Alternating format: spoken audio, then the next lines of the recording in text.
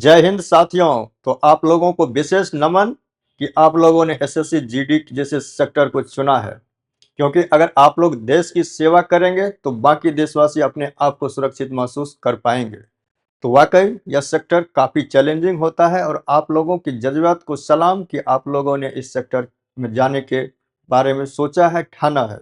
तो इस उम्मीद के साथ कि आप सभी अच्छे होंगे और चलिए आज का ये क्लास शुरू करते हैं। इससे पहले हम लोगों ने कुछ क्लास कर भी लिया है, मैथ्स का क्लास चल रहा है, जीके का भी हम चला रहे हैं। इसके बाद आप लोगों का रीजनिंग और फिर हिंदी और इंग्लिश का भी क्लास इस प्लेटफॉर्म पर लेकर के आएंगे। तो यह पीवाईक्यू का सेशन चल रहा है, एक सीरीज चल रहा है। हम लोग कुछ पीवाईक्यू देखेंगे और देख रहे हैं कि इसमें किस तरह से क्वेश्चन पूछे जाते हैं और आने वाले समय में आप लोगों को किस तरह से प्रिपेयर करना है, ताकि 2026 में जो ये एग्ज़ाम होगा वो एग्ज़ाम आप लोगों के लिए एक जो है ड्रीम होगा, और ड्रीम होगा तो उस ड्रीम को पूरा करना भी पड़ेगा और उस पूरा करने में हम लोगों को सबको एक साथ आना पड़ेगा। तो केवीआर लर्निंग एकेडमी की पूरी टीम आप लोगों की इस ड्रीम को, इस सपना को पूरा करने के लिए तत्पर है और हम लोग आ गए हैं इस क्लास को लेकर के, ताकि आप लोगों को एक होलिस्टिक एनालिसिस हो जाए कि जीके और जीएस में किस तरह का क्वेश्चन पूछा जाता है।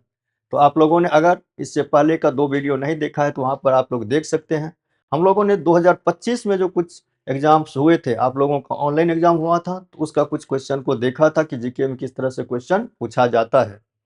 इससे पहले हम लोगों का मैथ का भी सीरीज चल रहा है, वहाँ पर भी हम लोगों ने अलग अलग टाइप के क्वेश्चन को देखे हैं। अब मैथ का आपका जो टारगेट बैच भी चल रहा है, हम लोग 2026 का जो आप लोगों का एग्जाम होगा उससे पहले मैथ का टारगेट बैच खत्म कर देंगे। उसके बाद रीजनिंग और आपका जो बाकी सेक्शन हिंदी या इंग्लिश बचता है उसको भी हम लोग यहाँ पर करेंगे। तो चलिए जीके का हम लोग आज ये पीवाईक्यू देखते हैं। जो प्रीवियस ईयर क्वेश्चन पेपर है ये पूछा गया था आपका 19/2/2025 का जो पहला सेकेंड शिफ्ट हुआ था, माफ कीजिएगा, सेकेंड शिफ्ट में ये क्वेश्चन पूछा गया था। तो चलिए देखते हैं किस किस तरह के क्वेश्चन थे, थोड़ा सा एनालिसिस करेंगे और इसके बेसिस पे हम लोग फिर आगे की रणनीति तय करेंगे और आगे भी हम लोग प्रिपरेशन का जो दायरा होगा कहीं ना कहीं इसी के आसपास होगा। तो पहला क्वेश्चन हम लोगों का है, रतन मोहन शर्मा निम्नलिखित में से किस संगीत घराने से जुड़े हैं। तो संगीत घराने के बारे में एसएससी काफी क्वेश्चन पूछता है, हर एक जो शिफ्ट हुआ है कहीं ना कहीं 1 से 2 क्वेश्चन देखने को मिला है। तो इस तरह के क्वेश्चन का आप लोगों को प्रिपेयर करके जाना है, जितने भी संगीत घराने हैं उसको देखना है। हम लोग वैसे यहाँ इस क्लास में तो सिर्फ एनालाइज करेंगे क्वेश्चन को, डिटेल में हम लोग का एक सीरीज चलेगा उसमें बताएंगे ये सारी चीजें। तो अगर इस क्वेश्चन की राइट आंसर की बात करें तो केवल फैक्चुअल क्वेश्चन है, इसमें एलिमिनेशन मेथड भी ज़्यादा काम नहीं करता है। एक बार आप लोग क्वेश्चन को देख लीजिए, आंसर को भी देख लीजिए। तो ये मेवाती घराने से अपने आप को जोड़े हुए हैं, मेवाती घराने से संबंध रखते हैं। और ये जो क्लासिकल म्यूजिक होते हैं ना, जो शास्त्रीय संगीत होते हैं, उसके ख्याल और तराने एक विधा होता है उसके अंदर, उसी से ये जुड़े हुए, उसमें काफी फेमस है। ठीक है, चलिए हम लोग अगला क्वेश्चन लेते हैं।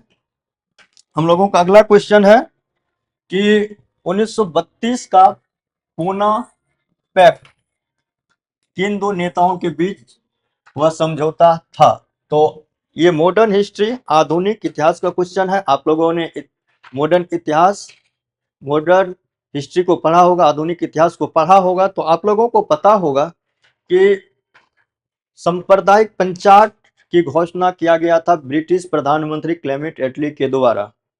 ठीक, उसके बाद उसमें प्रावधान ये था कि जो दलित समुदाय थे उसके लिए सेपरेट यानी कि अलग निर्वाचन का व्यवस्था किया गया था, यानी कि उनके जो प्रतिनिधि होते सिर्फ और सिर्फ दलित समाज के द्वारा चुना जाता, इस तरह का घोषणा किया गया था।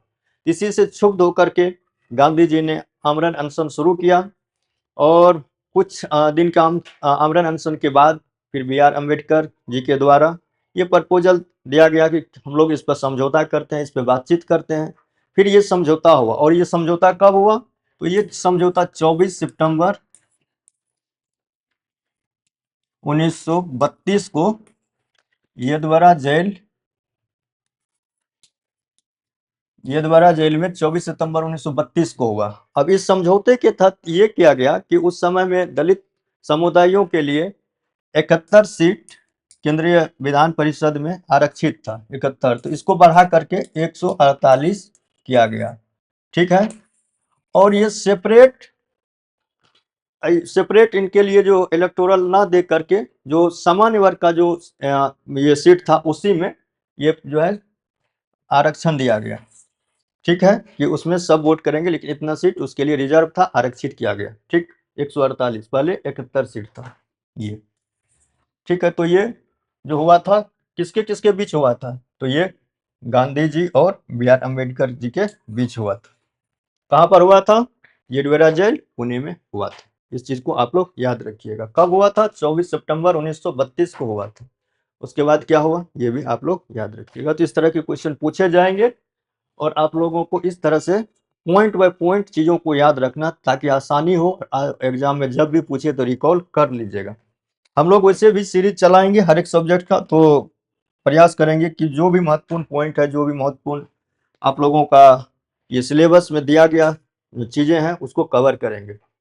देखिए, हम लोगों का अगला क्वेश्चन है भारत की जनगणना 2011 के बारे में के अनुसार किस राज्य में महिला साक्षरता दर, किसके बारे में पूछ रहा है, महिला साक्षरता दर सबसे कम दर्ज की गई है। तो आप लोगों को पता होगा कि हम लोगों का जो अंतिम जनगणना 2011 में ही संपन्न हुआ था, उसके बाद अभी तक जनगणना नहीं हुआ है। ये 2027 में प्रपोज किया गया है। अगर इस जनगणना की बात करें तो बिहार की जो आपका ये था साक्षरता दर ओवरऑल बात की जाए तो वो सबसे कम था। ठीक, लगभग 61% के आसपास था। अगर यहाँ पूछ रहा क्या महिला साक्षरता, तो महिला साक्षरता आपका था 51.5%। 51.5% आपका था महिला साक्षरता दर, 51.5%। और पुरुष की बात की जाए, पुरुष तो वो था कितना, लगभग 71.8 के आसपास समथिंग ये था। राउंड फिगर में आप लोग देख लीजिएगा। ठीक है, तो ये इसी के आसपास था। तो इस हिसाब से जो है 2011 की जनगणना की बात करी जाए तो सबसे कम साक्षरता दर भी बिहार में ही है और महिला साक्षरता दर भी सबसे कम बिहार में ही है। तो इसका सही आंसर क्या हो जाएगा, बिहार इस क्वेश्चन का सही आंसर है। ठीक है, चलिए आगे बढ़ते हैं, हम लोग अगला क्वेश्चन लेते हैं।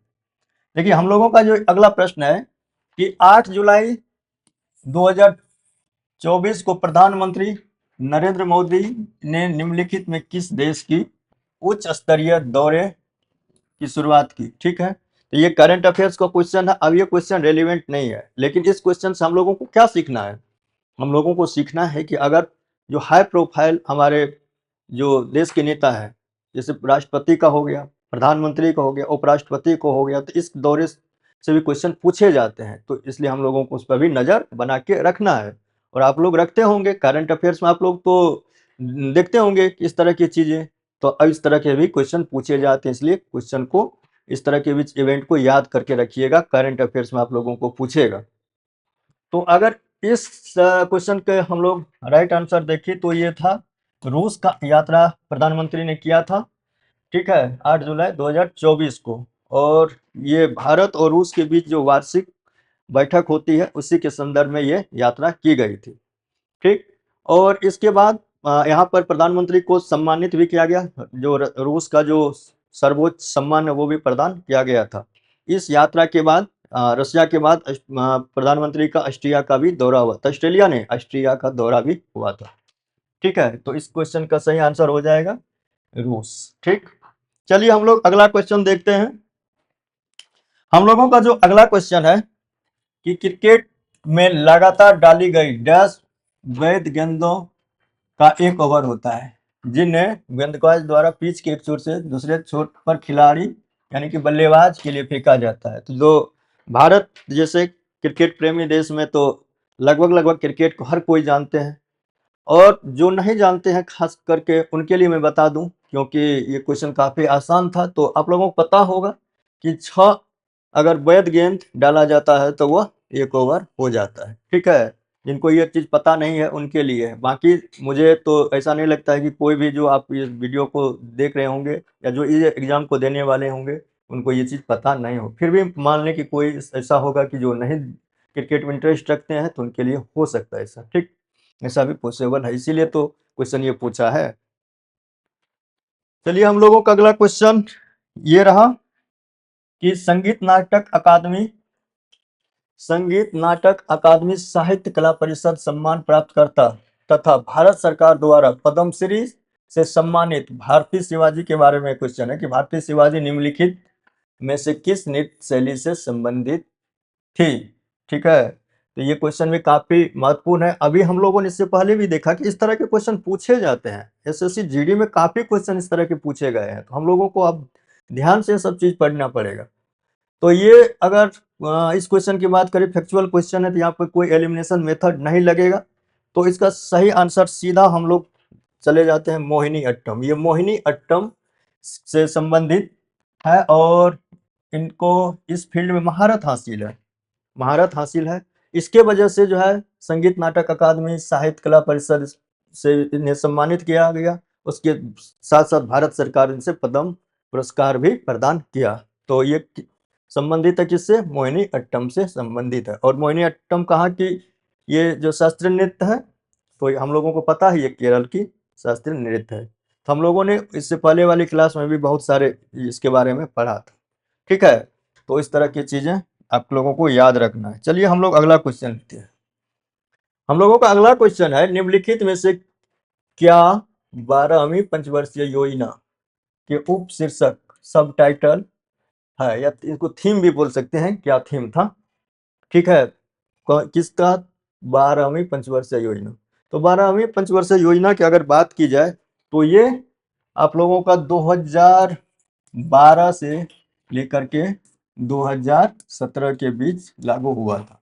और एक और फैक्ट आप लोगों को याद रखना है कि यह अंतिम पंचवर्षीय योजना था। कब था? अंतिम पंचवर्षीय योजना था।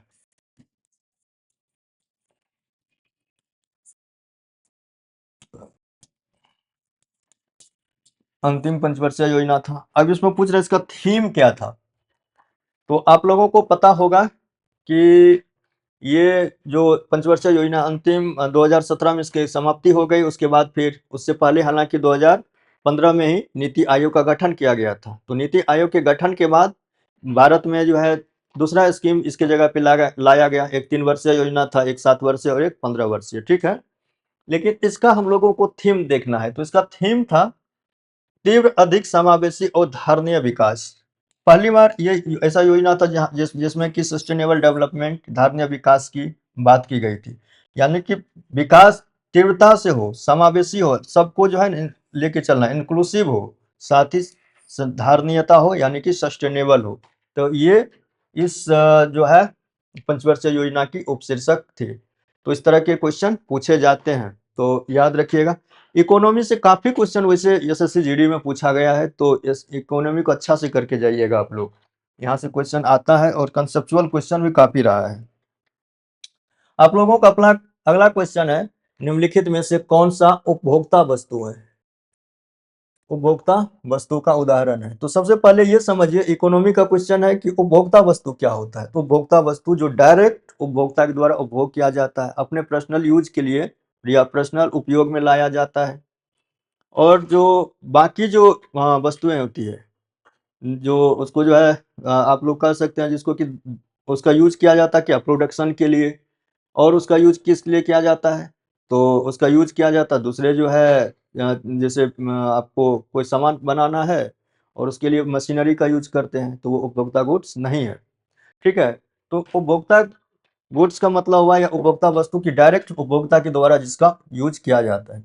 जैसे उपकरण हो गया, तो उपकरण का खासकर इसको उपभोक्ता वस्तु नहीं माना जाता है। इसका कारण ये है कि उपकरण का जो सीधा यूज होता है वह होता है कोई नया प्रोडक्ट बनाने में, ठीक है। उसी तरह मशीनरी का भी यूज होता है, उसी तरह आप लोग औजार का भी यूज होता है। तो इसमें कौन सा हो जाएगा सही? ये हो जाएगा खाद्यान्न। काफी आसान क्वेश्चन था, ठीक है। चलिए हम लोग अगला क्वेश्चन लेते हैं। हम लोगों का अगला क्वेश्चन है, बिल्लू पट्टू जिसमें कलाकार बिल्लू, बिल्लू यानी धनुष को कहा जाता है, बिल्लू धनुष होता है, मुख्य रूप से उपयोग करते हुए गीतों के माध्यम से कहानियां सुनाने का एक लोक नृत्य। क्या है ये लोक नृत्य? देख रहे हो कितना लोक नृत्य से पूछ रहा है, काफी लोक नृत्य से पूछता है एसएससी जीडी में। क्यों? मुझे लगता है कि एसएससी जीडी का जो सर्विस होता है, नेचर ऐसा होता है कि आपको देश के अलग अलग भागों में जाना पड़ेगा, तो वहाँ की संस्कृति के बारे में भी जानकारी कुछ होना चाहिए, इसीलिए इस तरह के क्वेश्चन अधिकतर पूछे गए हैं। ठीक है, तो इस क्वेश्चन को आप लोग देख लिए होंगे, आंसर गेस कीजिए कौन सा होगा। अगर बिल्लू पट्टू लोक नृत्य की बात की जाए तो यह तमिलनाडु का लोक नृत्य है। तमिलनाडु के अलावा यह केरल, और आपको केरल के बाहर, अगर अपने देश से बाहर की बात की जाए तो ये श्रीलंका, श्रीलंका में भी प्रचलित है। ये नृत्य श्रीलंका में भी प्रचलित है, तो इसका आंसर हो जाएगा तमिलनाडु। चलिए हम लोग अगला क्वेश्चन लेते हैं। ये आपका क्वेश्चन है, निम्नलिखित में से कौन सा चुनाव आयोग के परामर्श से राज्य विधानमंडल के सदस्यों की अयोग्यता के प्रश्न पर निर्णय होता है? तो आप लोगों को इस क्वेश्चन को पढ़ना, एक बार पढ़ लीजिए, पॉज करके पढ़ लीजिएगा। देखिए, जो राज्य का जो विधानमंडल होता है तो ये 2 सदनीय भी हो सकता है, 1 सदनीय भी होता है जिसमें सिर्फ 1 सदन होता है। अगर इसमें अयोग्यता की प्रश्न पर बात की जाए कि अयोग्यता, तो वहां 2 तरह से अयोग्य घोषित किया जाता है। एक तो जो स्पीकर के पावर साथ स्पीकर के पास पावर होता है, विधानसभा अध्यक्ष के पास, विधान परिषद के जो सभापति उसके पास होता है, एक राज्यपाल के पास भी होता है। तो यहाँ पे पूछ रहा है कि चुनाव आयोग के परामर्श से, इसमें कीवर्ड हो जाएगा चुनाव आयोग। तो अगर भारत संविधान के अनुच्छेद 192 की बात की जाए, कॉन्स्टिट्यूशन ऑफ इंडिया के आर्टिकल 192 की बात की जाए, तो इसमें यह प्रावधान दिया गया है कि चुनाव आयोग के परामर्श के बाद राज्य के राज्यपाल, ठीक है, कौन? राज्यपाल जो है राज्य विधानमंडल के सदस्यों की अयोग्यता पर निर्णय लेता है, और इस जो है राज्यपाल का जो निर्णय होता है वह क्या होता है? अंतिम होता है। ठीक है, इसका निर्णय अंतिम होता है।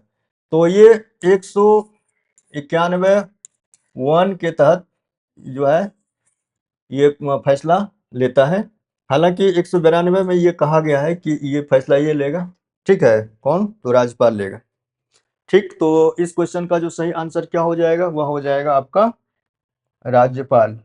ठीक, चलिए अगला क्वेश्चन लेते हैं।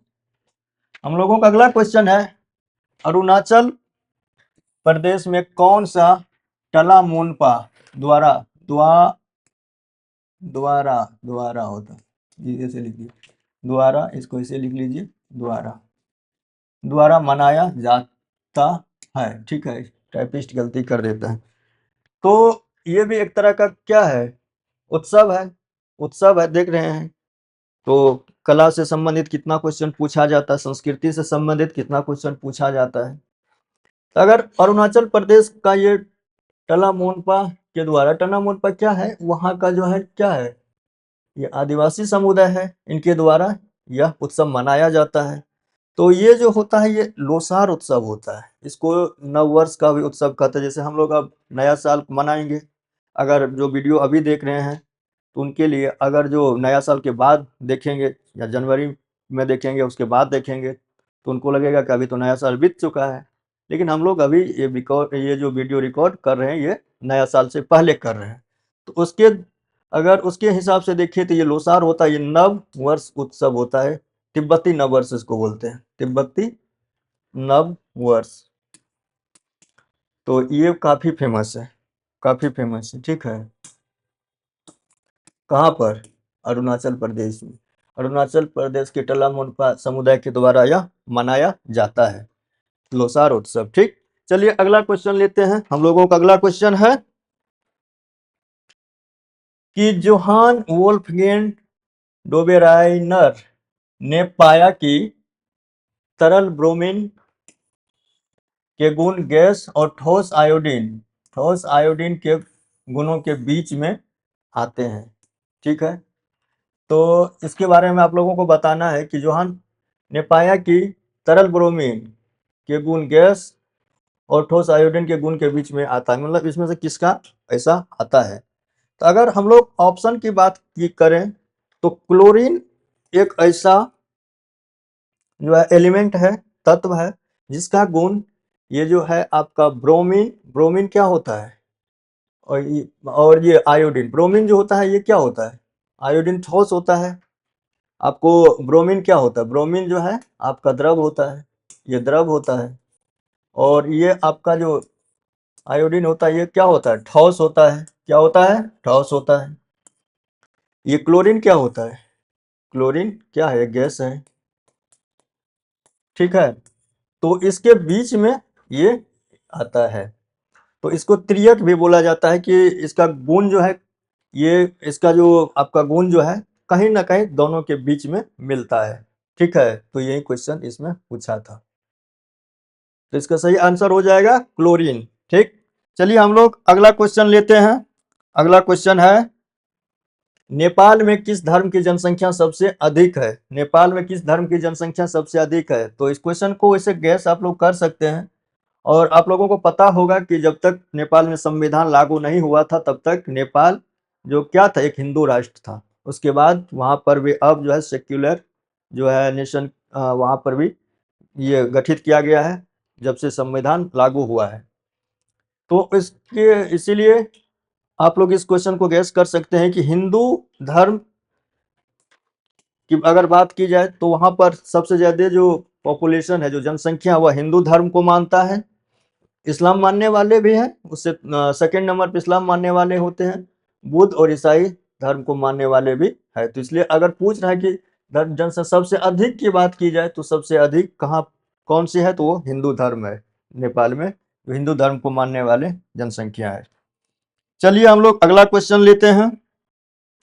हम लोगों का अगला क्वेश्चन है, अगस्त 2024 में जम्मू कश्मीर पुलिस के विशेष महानिदेशक के रूप में किसे नियुक्त किया गया। तो आप लोग देखते हैं कि नियुक्ति से भी क्वेश्चन खूब पूछता है, तो नियुक्ति को भी करंट अफेयर्स में आप लोगों को याद रखना है।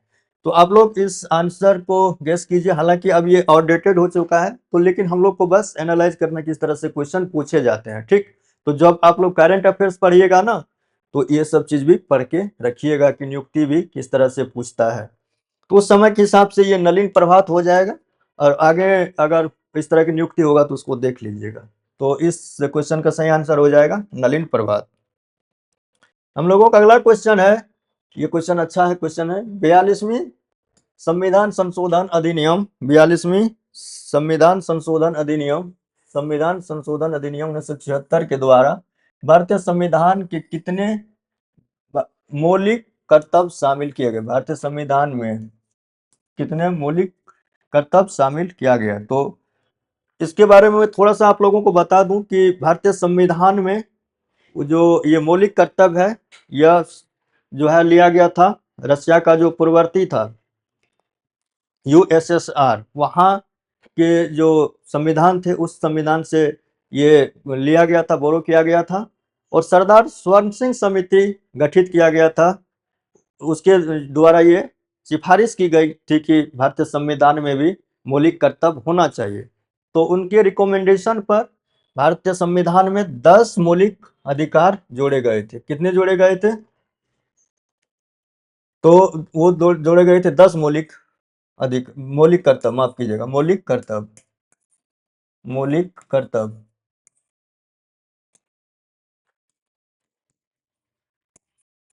और 86वें संविधान संशोधन अधिनियम 2002 के द्वारा 2002 के द्वारा इसमें एक और मौलिक कर्तव्य जोड़ा गया। ठीक है, कर्तव्य जोड़ा गया। तो इस तरह से अभी जो है कुल 11 मौलिक कर्तव्य है, कुल 11 मौलिक कर्तव्य है। लेकिन क्वेश्चन वो नहीं है, क्वेश्चन पूछ रहा है कि जिस समय में संविधान संशोधन किया गया था, ये 42वां संविधान संशोधन हुआ था 1976 में, तो कितने मौलिक कर्तव्य शामिल किए गए थे। तो उस समय में 10 मौलिक कर्तव्य शामिल किया गया था, और एक मौलिक कर्तव्य 86वां संविधान संशोधन अधिनियम 2002 के द्वारा शामिल किया गया है। तो अब कुल मिला के 11 है, लेकिन उस समय में जो है कितना था, 10 था। और इसमें एक चीज और आप लोगों को याद रखना है कि इसमें भारतीय संविधान में भाग 4A जोड़ा गया था, भाग 4A जोड़ा गया था। और एक और जो है आपका अनुच्छेद जोड़ा गया था। अनुच्छेद कितना था? अनुच्छेद 51A। तो इतना पॉइंट आप लोगों को यहाँ पर याद रखना है। यहाँ से क्वेश्चन पूछ सकता है कि अगर वर्तमान की बात करें तो 11 मौलिक कर्तव्य हो जाएगा, और अगर जिस समय में संविधान में संशोधन करके जोड़ा गया था तो 10 था, और आपको भाग 4A जोड़ा गया, और अनुच्छेद 51A में ये सारे मौलिक कर्तव्य अभी दिया गया है। ठीक है, तो इतना पॉइंट को आप लोग याद रखिएगा। चलिए अगला क्वेश्चन लेते हैं। बहुत अच्छा क्वेश्चन था ये। देखिए, ये ज्योग्राफी का क्वेश्चन है, भूगोल का क्वेश्चन है कि उत्तरी मैदान कहाँ है। इसमें कीवर्ड आपको क्या है? उत्तरी मैदान है। से निकलने वाली नदियों का जल अपवाह प्रतिरूप ड्रेनेज पैटर्न क्या होता है? तो आप लोगों को पता होगा, अगर ज्योग्राफी पढ़े होंगे और भूगोल को पढ़े होंगे, तो नदी जो निकलता है अपने उद्गम से, तो वो अपना रास्ता बना लेता है। ठीक है, तो उसमें कुछ पैटर्न आप लोगों को देखने को मिलता होगा कि कुछ नदी सीधी चलती है, कुछ टेढ़ा हो जाता है, कोई राइट एंगल पे मिलता है। तो यही चीज पूछा है कि जो उत्तर भारत से जो नदियां बहती है, उत्तर भारत से जो खास करके हिमालय साइड से जो नदियां निकलती है, उसका ड्रेनेज पैटर्न किस तरह का होता है, उसका प्रतिरूप किस तरह से होता है। तो आप लोगों को पता होगा कि हिमालय के उत्थान से पहले ही, जो हिमालय है उत्थान से पहले ही ये नदियां प्रवाहित होती थी। तो जैसे जैसे हिमालय का उत्थान होते गए, ये अभी भी आप लोगों को पता होगा कि हिमालय अभी भी बढ़ रहा है, ऊंचाई इसकी बढ़ती जा रही है। इसके बारे में, इस कंसेप्ट के बारे में हम लोग ज्योग्राफी जब पढ़ेंगे तो वहां पर बताएंगे कि किस तरह से ये सारी चीजें होती है। काफी अच्छे में डिटेल में बताएंगे चीजों को, और आप लोगों को आसानी से याद हो जाएगा। तो इसमें क्या है कि जैसे नदियां वहां से निकलती है तो अपने रास्ता बनाते हैं। तो पत्थर को तोड़ते हुए, जहां पे पत्थर कमजोर होगा, जो पहाड़ का जो भाग कमजोर होगा, वहां से ही नदी निकलेगी, ऑब्वियसली अपना रास्ता बनाएगा। तो इस वजह से जो इसकी अगर ड्रेनेज पैटर्न की बात की जाए, तो वह आपको इस तरह का दिखेगा। किस तरह का दिखेगा? डेंट्रिक दिखेगा। डेंट्रिक अब किस तरह का होता है? तो डेंट्रिक मान लो ये आपका पेड़ का शाखा है। पेड़ तो सब कोई देखा है। पेड़ में क्या होता है कि देखना कि कुछ टहनियाँ होती है, कुछ इस तरह से मिलता है, ऐसे मिलता है, तो इस तरह से होता है। ठीक है, तो इसी को बोला जाता है क्या? दुमा दुमाकृतिक। दुमाकृतिक, इसको तो पूरा वो ट्रांसलेट कर दिया, लेकिन जनरली ये वर्ड को ही याद रखना। ठीक है, इस तरह से पूछा जाता है। एक होता है रेडियल होता है, उसके बाद एक होता है अभिकेंद्रीय होता है, और एक ट्रेलिस होता है। ट्रेलिस, और इसमें क्या थोड़ा सा मिलता जुलता है कि ट्रेलिस में क्या होगा कि आपको ये राइट एंगल पे मिलता है। किस पे मिलता है? राइट एंगल पे, यानी कि समकोण पर मिलता है। अगर हम लोग अभी केंद्रीय की बात की जाए, सेंट्रीपिटल कि सेंट्रीपिटल अभी केंद्र यानी कि केंद्र की तरफ लगता है, तो अलग अलग जगह से नदी आकर के कहीं एक जगह मिलता है, तो उसको जो इस तरह के जो ड्रेनेज पैटर्न होते हैं ना, जो अपवाह प्रतिरूप होता है, उसको बोला जाता है अभिकेंद्रीय। और अरीय यानी रेडियल में क्या होता है कि कहीं एक जगह से नदी जो है बाकी जगह निकलता है। अगर भारत में इस तरह की नदी की बात की जाए, तो आप लोगों को पता होगा कि सोन, उसके बाद महानदी, और एक और कोई सा नदी है बताइए उसका नाम। वो कहाँ से निकलता है? वो अमरकंटक से निकलता है। तो कमेंट में बताइएगा कि उसका जो आप पैटर्न देखिएगा, ड्रेनेज पैटर्न, तो कुछ इस तरह से है। ठीक है, तो इस क्वेश्चन का सही आंसर क्या हो जाएगा? वह हो जाएगा दो माह कृतिक, यानी कि डेंट्रिटिक। इसका वजह है कि वो गाद अपने साथ लेकर के आता है और रास्ता अक्सर चेंज करता है। इसके वजह से इस तरह की जो है पैटर्न आपको देखने को मिलेगा। और दूसरी एक कारण और है कि ये नदी जो हिमालय को पार करके आती है, तो हिमालय का जो ये आपका कमजोर पार्ट होता है, तो उसको वो क्या करता है? तोड़ के निकलता है। तो इसके वजह से जो है इसका पैटर्न इस तरह का आपको देखने को मिलेगा। इसके बारे में हम लोग जब ज्योग्राफी को पढ़ेंगे, भूगोल को पढ़ेंगे, तो अच्छे से देखेंगे। चलिए अगला क्वेश्चन लेते हैं। हम लोगों का अगला क्वेश्चन है कि भारत सरकार 2023-24 के केंद्रीय बजट में पारंपरिक कारीगरों और शिल्पकारों को लाभ पहुंचाने के लिए कौन सा स्कीम या पैकेज पेश किया था? तो ये फैक्चुअल क्वेश्चन है। इस क्वेश्चन की अगर बात करें, इसकी आंसर की बात की जाए, तो ये था इसका पीएम विकास, प्रधानमंत्री विकास योजना इसका नाम था, समझे। और ये जो अल्पसंख्यक समुदायों के लिए खास करके ये योजना लाई गई थी, अल्पसंख्यक समुदायों के लिए, उसके कौशल प्रशिक्षण के लिए, कौशल विस्तार के लिए, ताकि जो उनके जो उद्योग धंधे हैं, जो जो एमएसएमई, जो मध्यम उद्योग धंधे, उसको वो आगे बढ़ा सके। तो इसका जो अगर हम लोग बात करें तो ये योजना था पीएम विकास। ठीक है, तो इसका आंसर हो जाएगा ऑप्शन नंबर 1। चलिए हम लोगों का अगला क्वेश्चन ये रहा कि पैरा ओलंपिक के इतिहास में स्वीडन में खेले गए प्रथम शीतकालीन खेल विंटर गेम्स किस वर्ष हुआ था। ये पूछ रहा है कि किस वर्ष हुआ था। तो विंटर गेम अगर की बात की जाए तो ये 1976 में शुरू हुआ था। 1976 में विंटर गेम शुरू हुआ था और ये पहला विंटर गेम था, वह 21 फरवरी से 28 फरवरी के बीच, 28 फरवरी 1976 के बीच ये स्वीडन में खेला गया था। समझे। तो आप ये पूछ सकते हैं सर ये क्वेश्चन कैसे पूछा। तो जब विंटर गेम होता है या ओलंपिक होता है तो उसका जो हिस्टोरिक पार्ट होता है, जो ऐतिहासिक भाग होता है कि कब से शुरू हुआ था, क्या क्या बीच में कठिनाई आई, तो इस तरह की चीजें भी अक्सर पूछ लिया जाता है, तो थोड़ा सा उसको विस्तार में पढ़ना पड़ता है। ठीक है, तो इसका सही आंसर हो जाएगा 1976। हम लोगों का अब अगला क्वेश्चन है ये कि मोखरी मूलतः सहायक शाखा थे जिन्होंने बाद में निम्नलिखित में से किस क्षेत्र में एक स्वतंत्र साम्राज्य स्थापित किया। तो अगेन ये आपको एंशियंट हिस्ट्री की क्वेश्चन है, आपको जो प्राचीन इतिहास की क्वेश्चन है। अगर इस क्वेश्चन की हम लोग बात करें तो ये जो मोखरी था ना, ये मोखरी मूलतः वो जो हम लोगों का जो ये था एक साम्राज्य हुआ करता था। कौन साम्राज्य था वो बताइए। तो ये साम्राज्य मौर्य साम्राज्य के बाद आया था, लेकिन काफी फेमस हुआ था, जिसको हम लोग बोलते हैं गुप्त साम्राज्य। तो गुप्त साम्राज्य जो था उस समय, ये गुप्तों का क्या था, उसका एक सामंत था। क्या था, सामंत था, सामंतवादी चलता था उस समय में।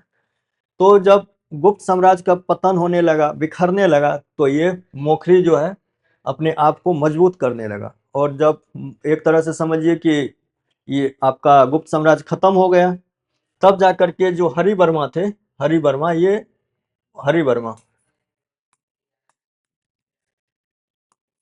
हरिवर्मा ये क्या थे, सामंत थे, गुप्तों के सामंत थे। इन्हीं के द्वारा ये मोखरी राजवंश की स्थापना की गई थी।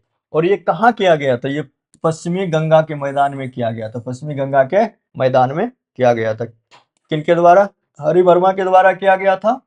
अगर वंश की पूछे, अगर इस तरह से पूछ देता है कि किस वंश का स्थापना किसने किया था, तो इस क्वेश्चन को आप लोग याद रखिएगा, ये पश्चिमी गंगा मैदान में हरिवर्मा के द्वारा किया गया था। ठीक है, हम लोगों का इस सेट का लास्ट क्वेश्चन ये रहा कि जेरोथाल्मिया